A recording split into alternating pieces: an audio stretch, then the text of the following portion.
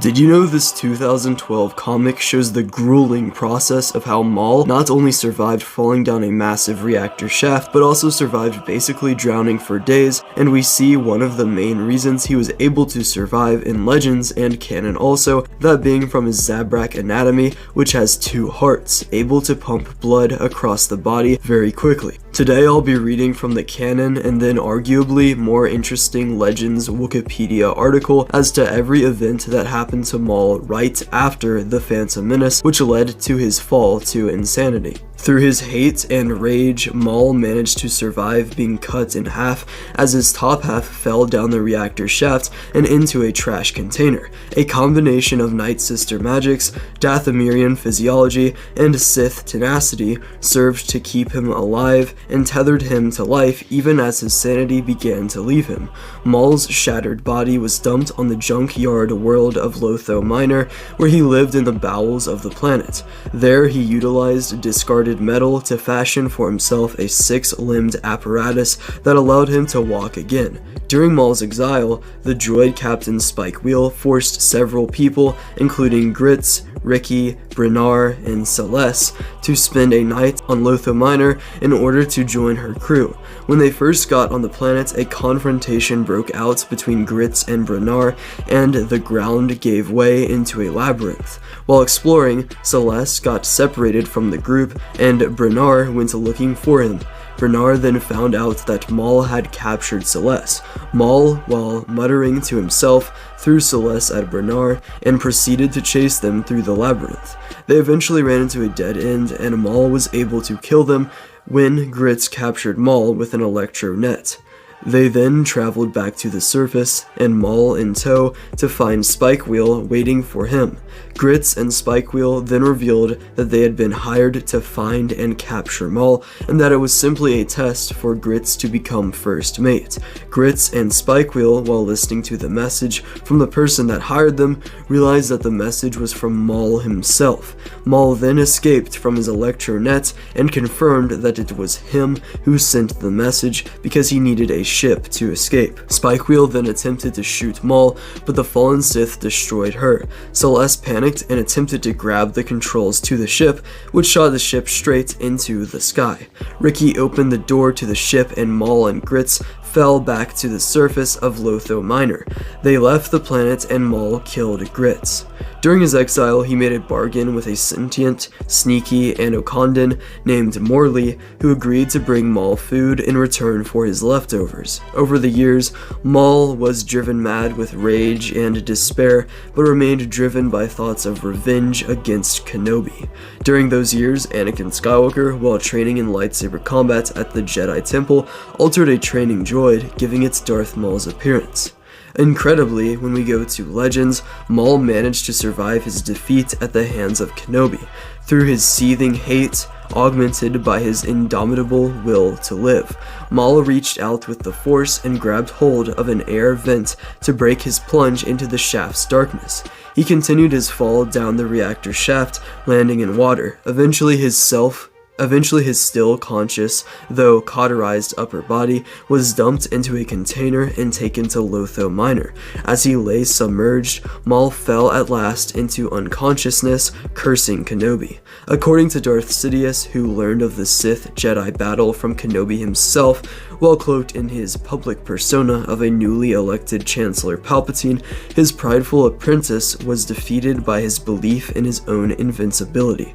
With Maul's knowledge of his enemy's plan, the Zabrak's failure was that he should have prevented the starships from taking off to destroy the orbital droid control ship before facing the Jedi, but his vanity and arrogance won him over, only to defeat him. His focus was only on the Jedi.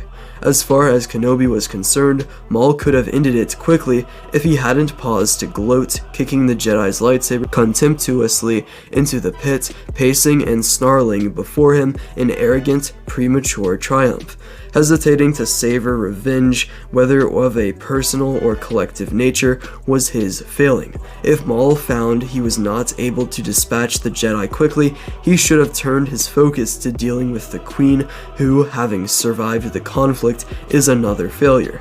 Even so, Maul's failures were mental miscalculations, not physical ones, and Sidious's apprentice, however, in laying bare his matchless prowess and skill, did instill fear into the Jedi that the Sith had returned.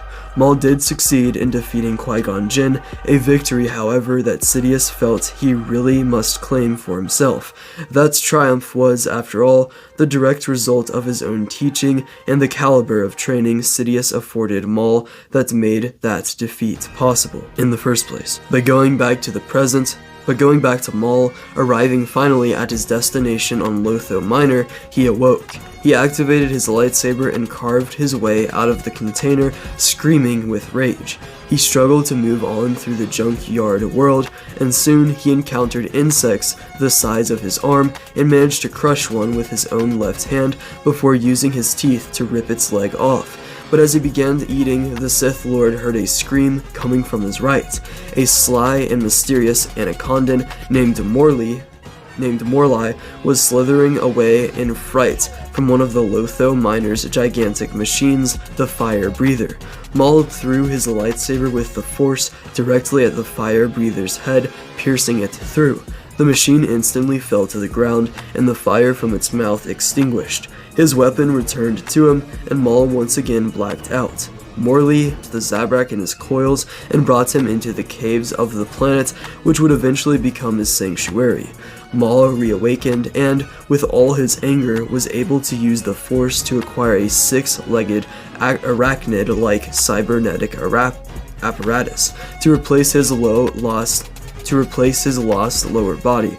For 12 years, Maul's memories were lost, and he was in a state of near madness, eating only the small animals that came to the cave, aided in obtaining shelter and sustenance only by Morley, but the only thing he remembered was Obi-Wan Kenobi and how he took his legs.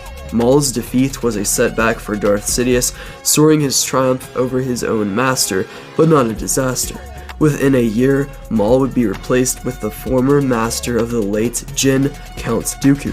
Given the Sith name Darth Tyrannus, Dooku was not only a trained warrior and a duelist, but also a political idealist, exactly the traits Sidious needed to instigate for the Clone Wars. An apparition of Maul later appeared to Kenobi's Padawan Anakin Skywalker in a crystal cave on Ilum, only a few years after the duel on Naboo.